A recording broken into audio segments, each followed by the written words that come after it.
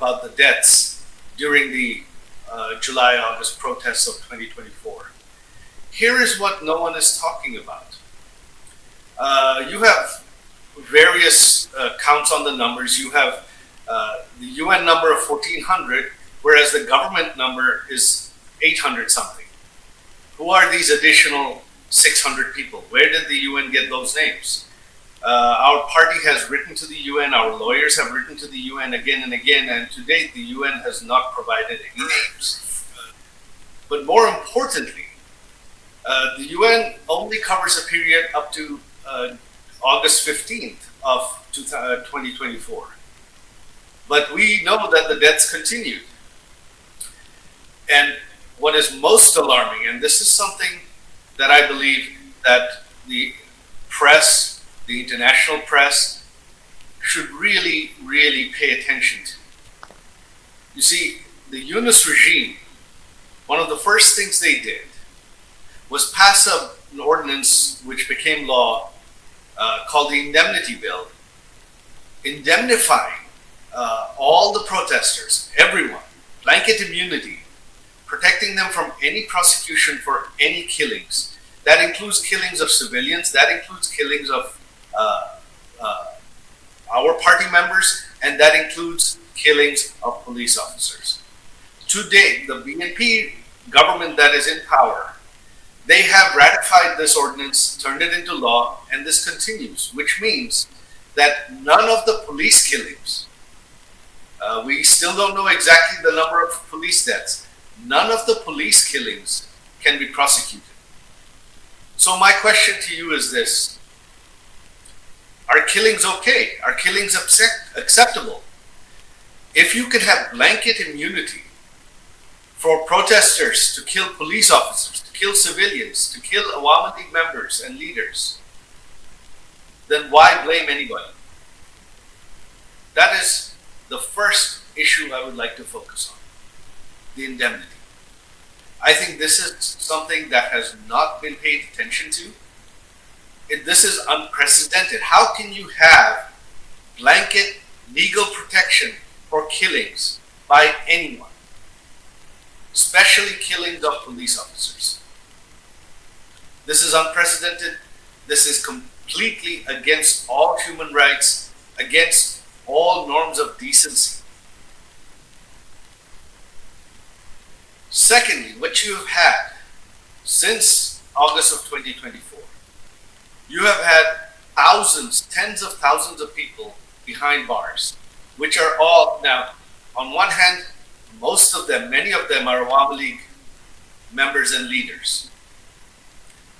Most of them are being held without any trial, without any due process, without any bail. Many of them are elderly, in their 80s. Their health is failing. Many of them have died in police custody. Not only that, killings in police custody have continued. We have documented them. We have put them up on our websites, on our Facebook pages, full list of names, exactly when, which prison they died, under whose custody. Most of them were young.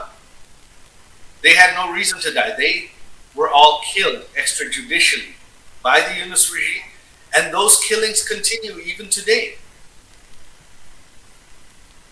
Outside of the prisons, during the Yunus regime, and even now, our party members are being hunted down and killed.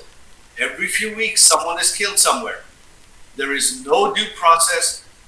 The police do not take any action, and the government protects these killers.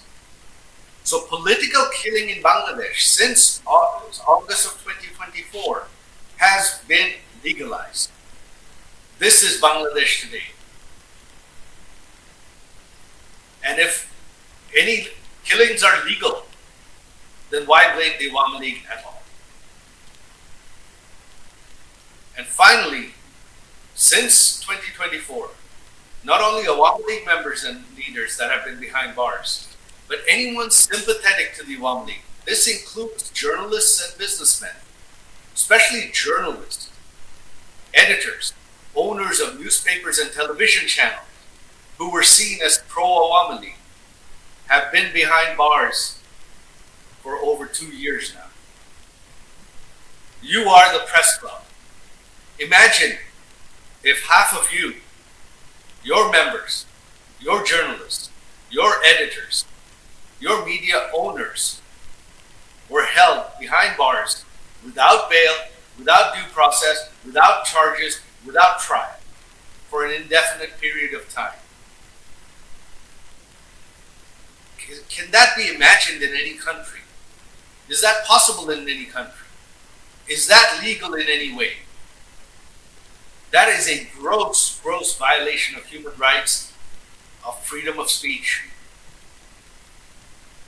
And this is something I believe that should certainly alarm the international media community. This is what's happening in Bangladesh. So Bangladesh today is a failed state. It's not a failing state. It is a failed state. There is no human rights. There is no freedom of speech. Even prior to this event, intelligence services went to the headquarters and offices of every major media outlet, every major newspaper, and instructed them clearly not to rebroadcast this event, not just to rebroadcast this event, but not to provide any coverage from any international media on this event. They're not allowed to share links from foreign media on their websites. Any journalists that were seen as still sympathetic to our government or against this government, many of them were fired even in the last couple of days. This is what's happening in Bangladesh. And what is the future? What does the future hold? There is no law and order. There is no constitution in Bangladesh today. What should concern India most is Bangladesh has become another Pakistan on India's eastern side. You have another Pakistan today on your eastern front. Foreign intelligence services, especially ISI, has an open hand. Militants, hundreds of convicted terrorists that our Awami League government arrested and convicted and put behind bars, have been released from prison. Hizb ut-Tahrir marches openly. Al-Qaeda operatives speak at public rallies. This is what is happening in Bangladesh. And this does not portend well for India and the world at large. In the future, the next set of terrorists globally are going to be coming from Bangladesh, unless this is stopped now. And where it has to begin is from the media, especially you in India. You are the world's largest democracy. Your media has reach. You cannot take this as a sensational story only when something sensational, headline-worthy happens. This is something you have to cover every day. This is something that you have to raise international awareness of. If you raise it, the international media will pick it up. If the international media covers it, it will come to the attention of international leaders. That is what needs to be done. If that is not done, then Bangladesh's future is bleak. India's future security is bleak. As to what the future holds, who knows? But right now, this is the future. The Constitution doesn't exist. Even if we hope that in 4 years there will be an election in Bangladesh, who knows what form it'll take. The BNP, running unopposed, has a 2/3 majority. They can amend the Constitution however they want and ensure that the elections are set up just like the Yunus regime did so that the BNP wins. What you have now is not justice. You heard our former Minister Naufel talk about this. What is happening is not justice. What is happening is political exclusion of the opposition of the largest political party in Bangladesh in order to grab and hold on to power.